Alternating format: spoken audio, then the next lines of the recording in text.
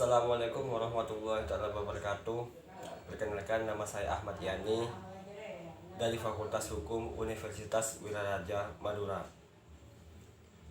Di sini saya akan menjelaskan tentang resum materi hukum jaminan. Baik, langsung saja untuk mempersingkat waktu. Untuk materi yang pertama yaitu adalah pengertian hukum jaminan. Jaminan adalah suatu yang diberikan kepada kreditur untuk menimbulkan keyakinan bahwa debitur akan memenuhi kewajiban yang dapat dinilai dengan uang yang timbul dari suatu perikatan. Asas-asas dalam hukum jaminan. Yang pertama itu adalah asas publicitas. Asas ini, semua hak baik hak tanggungan fidusia harus didaftarkan. Yang kedua itu adalah asas spesialitas, bahwa hak tanggungan hak fidusia hanya dapat dibebankan atas tanah atau atas barang-barang yang sudah terdaftar atas nama orang tertentu. Yang ketiga itu adalah asas tak dapat dibagi-bagi. Asas ini menjelaskan bahwa dapat dibaginya hutang tidak mengakibatkan dapat dibaginya hak tanggungan, hak fidusia, hak gadai walaupun telah dilakukan pembayaran sebagian. Yang keempat itu adalah asas imbesit sterling, atau barang jaminan harus berada pada penerima gadai. Asas yang terakhir adalah asas horizontal. Bangunan dan tanah bukan merupakan satu kesatuan. Untuk materi yang kedua itu adalah penggolongan jaminan. Yang pertama itu adalah jaminan umum dan jaminan khusus. Dan yang kedua itu adalah jaminan pokok atau kepercayaan utama, perkredit dan tambahan atau hak tanggungan.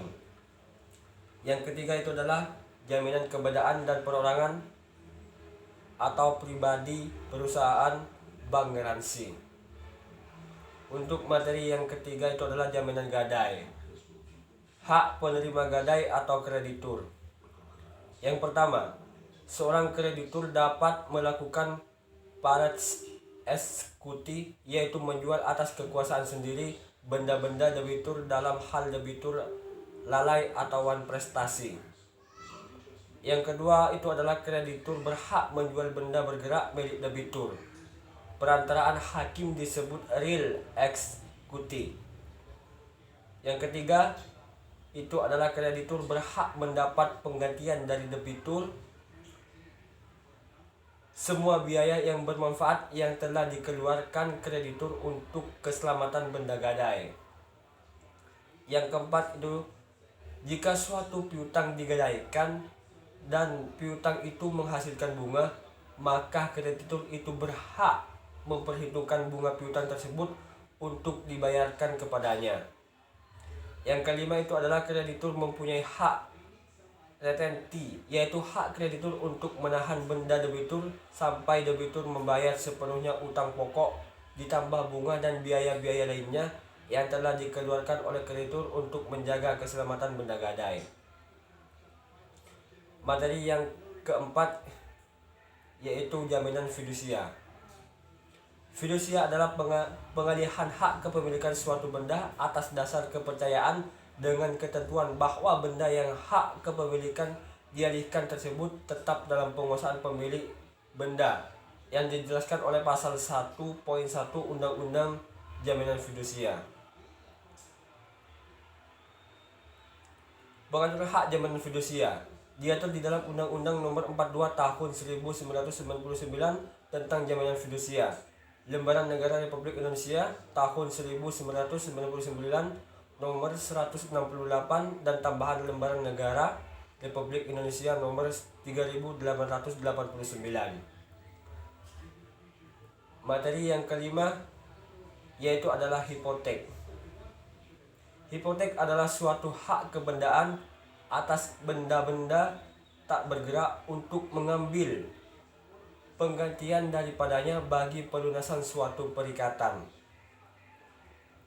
Dan materi yang keenam atau materi yang terakhir itu adalah hak tanggungan. Pasal 1 ayat 1 Undang-Undang Hak Tanggungan itu menjelaskan bahwa hak tanggungan adalah hak jaminan yang dibebankan pada hak atas tanah sebagaimana dimaksud dalam Undang-Undang Nomor 5 Tahun 1960 berikut atau tidak suatu benda-benda lain yang merupakan kesatuan dengan tanah itu untuk pelunasan hutang tertentu yang memberikan kedudukan yang diutamakan pada kreditur tertentu terhadap kreditur-kreditur lainnya. Mungkin hanya itu yang bisa saya sampaikan. Kurang lebihnya saya mohon maaf. Wallahu a'lam ila aqwamit thoriq. Wassalamualaikum warahmatullahi taala wabarakatuh.